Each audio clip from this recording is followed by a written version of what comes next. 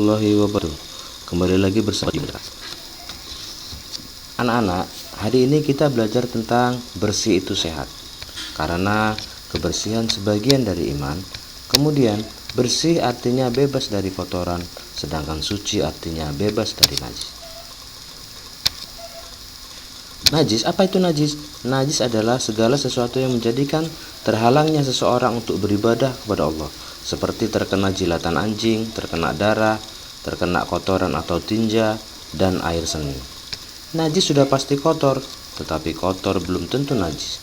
Misalnya pakaian yang terkena tanah, terkena tinta, cat, dan lain sebagainya. Bersih atau suci dibagi menjadi dua, yaitu bersih dari hadas dan bersih dari najis.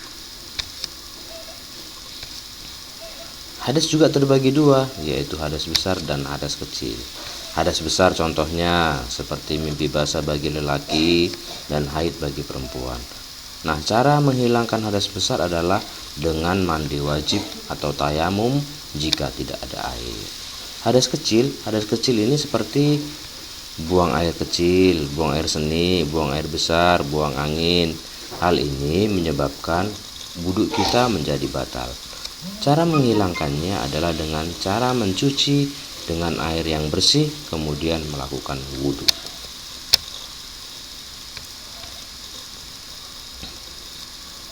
Bersih pangkal sehat, sedangkan jorok pangkal sakit.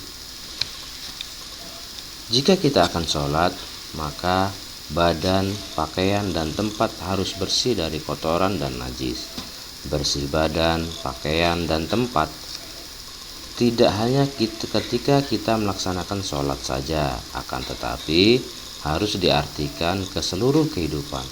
Di luar sholat pun badan kita harus bersih.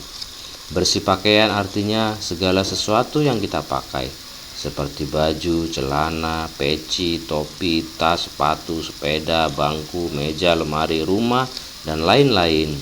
Bersih tempat seperti ruangan tamu, ruangan dapur, tempat tidur, tempat makan, tempat belajar, ruang kelas, WC, kamar mandi, dan lain-lain.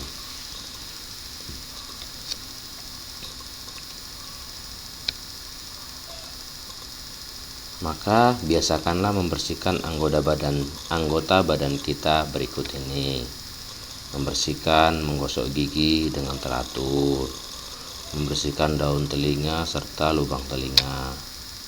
Membersihkan leher ketika mandi, membersihkan dan memangkas rambut dengan teratur, dengan rutin, membersihkan kuku jari tangan, juga jari kaki, kemudian memotongnya jika telah panjang, membersihkan mata dan juga hidung.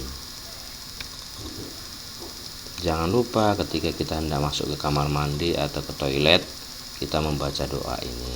Allahumma inni a'udzubika minal khubusi wal khobais. Ketika kita akan masuk, hendaknya kita mulai dengan kaki kiri, dan ketika keluar, kita dahulukan kaki kanan kita. Bagaimana cara membersihkan najis? Cara membersihkan najis adalah dengan mandi pakai air bersih. Membersihkan najis, yaitu darah, air seni, dan tinja, harus menggunakan air mutlak, misalnya air sumur, air hujan, air sungai, air laut, dan lain sebagainya. Caranya, kita kucurkan air ke benda yang bernajis.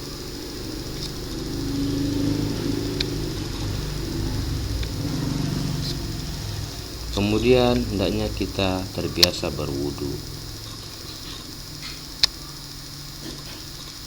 karena wudu adalah ibadah yang sangat penting.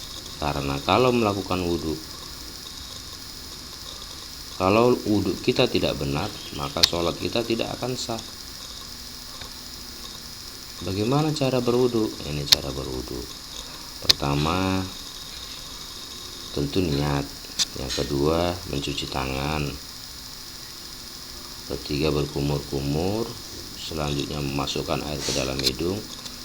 Dan ini yang selanjutnya, yang keempat, diwajibkan membasuh muka, diwajibkan membasuh kedua tangan sampai selesai.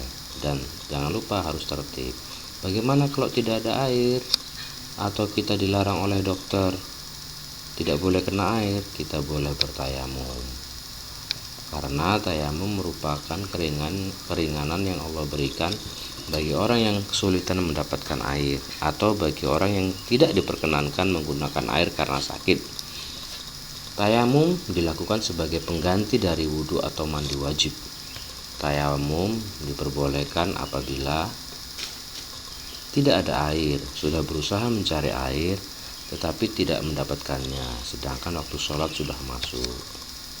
Sedang sakit, apabila terkena air, bagian anggota wudhu kita yang sakit itu akan bertambah parah menurut keterangan dokter. Kemudian orang yang dalam perjalanan atau musafir dan sangat kesulitan mendapatkan air. Cara bertayamum, ini dia cara bertayamum. Pertama, kita letakkan kedua telapak tangan kita ke benda yang berdebu, tentu debunya yang harus bersih dan suci. Kemudian kita tepukkan kedua telapak tangan kita, kemudian kita usapkan ke wajah kita. Selanjutnya kita letakkan kembali kedua telapak tangan kita tepukkan terlebih dahulu dan langsung kita usapkan telapak tangan kiri bergelak ke tangan sebelah kanan, terus langsung disambung dengan mengusapkannya ke telapak